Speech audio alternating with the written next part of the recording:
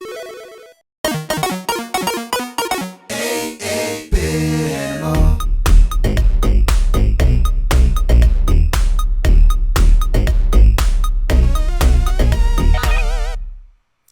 you doing, good people?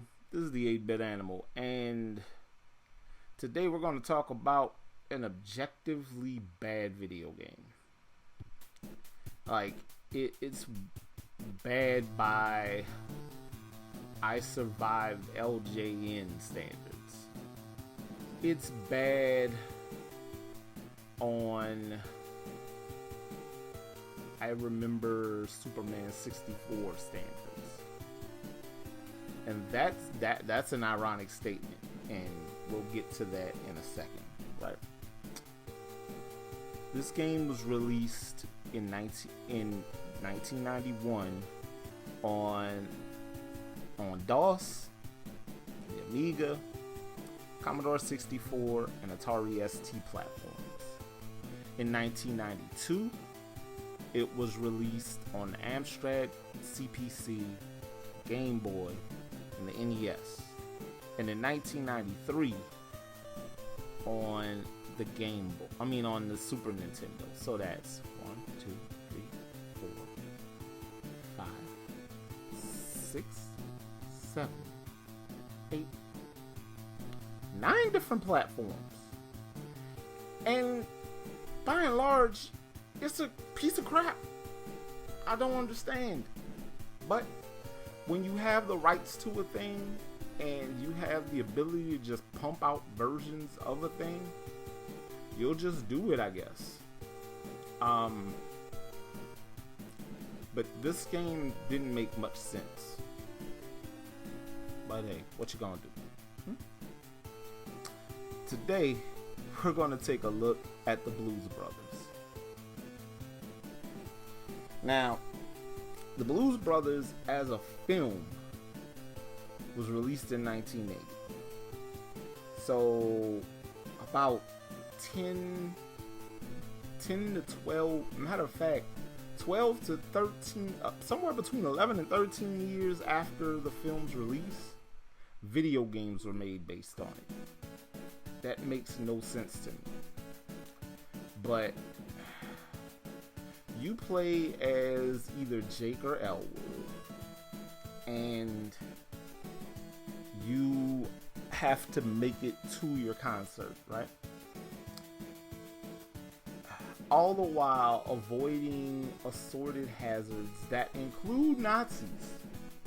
They're in the manual, they're referred to as evil cops, but those are Nazi uniforms. Like, clearly they're Nazi uniforms. There's nothing else that could be.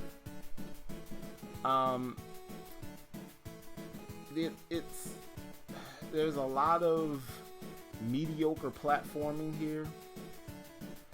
There's mediocre platforming that's supposed to handle like assorted Super Mario games, because there's some the fence climbing thing that kind of feels like that one castle in Mario World. There is like a whole lot of just random catching elevators and going underwater and fighting sharks, and it's just a whole lot of crap. The controls are terrible. Graphically, it's not awful. It's just meh. Easily the best part of this game is the soundtrack. There's a lot of music in this game that refers directly back to the movie, and it actually sounds pretty good. Funny thing, I really thought that Titus was also responsible for the Wayne's World game because they look so much alike. But no, the Wayne's World game was done by THQ. So it's an early THQ game, so you know it's not good. But this game, everything about this is rough. You don't really have a means to defend yourself. You just have to avoid enemies. Meanwhile, everything can kill you. The Nazis shoot at you. Just the Nazis shoot at you. You have to run and jump over them. Explain to me how that works. I don't understand what Titus was doing here, but nothing about this feels okay. It's just not a good video game at all. But if you decide you want a copy of the Blues Brothers on NES, much like other games that came out late in the console life cycle, most of them are typically really bad video games. This one's gonna cost you a lot of money. I want to say the cheapest price I saw for a loose cart was $50. So anywhere from $50 to like $110 for a loose cart. The price varies real heavy. But you know, if you like middling character-based licensed platformers, be my guest. Don't say I didn't warn you, because this is absolutely not worth your money.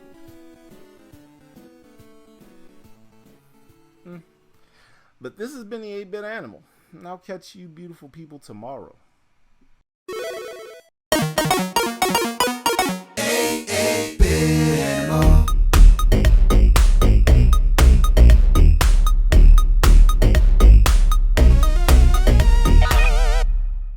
Tomorrow. Yeah, so that dude with the boomerang back outside, he said you called him and he'll do it, but yesterday's price is not today's price.